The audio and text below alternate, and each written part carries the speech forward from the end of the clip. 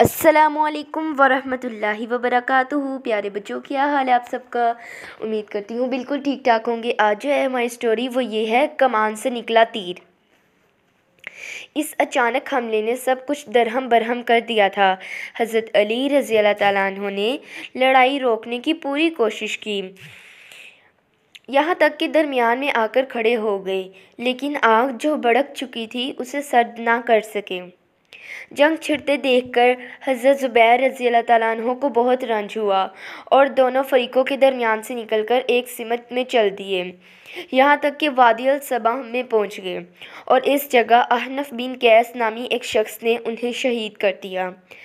حضرت طلحہ کو بھی کسی نے پیچھے سے تیر مارا اور وہ بھی شہید ہو گئے۔ اس پر بھی لڑائی جاری رہی۔ دونوں فریق لڑتے لڑتے تھک گئے تھے، دونوں طرف کے بے شمار آدمی مارے گئے۔ جب بے تحاشا خون بہہ چکا تو دونوں طرف کے لوگوں کو ہوش آیا کہ یہ کیا ہو گیا۔ اٹھتے ہاتھ جب رکے تو بے شمار لوگ قتل ہو چکے تھے۔ حضرت علی رضی اللہ تعالیٰ عنہ کو اور حضرت عائشہ رضی اللہ تعالیٰ عنہ کو بے تحاشا رنج ہوا، لیکن اب کیا ہو سکتا تھا، تیر کمان سے نکل چکا تھا۔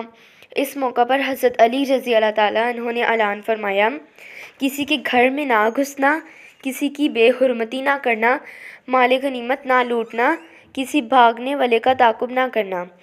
آپ رضی اللہ تعالیٰ عنہ تمام متوکلین کی نماز جناح پڑھی، لوگوں کو اپنے اپنے مردے دفن کرنے کی اجازت دی، کٹے ہوئے اعضاء کے ٹکڑے جمع کروائے اور ایک بڑا گڑھا کھود کر اس میں دفن کرا دیے۔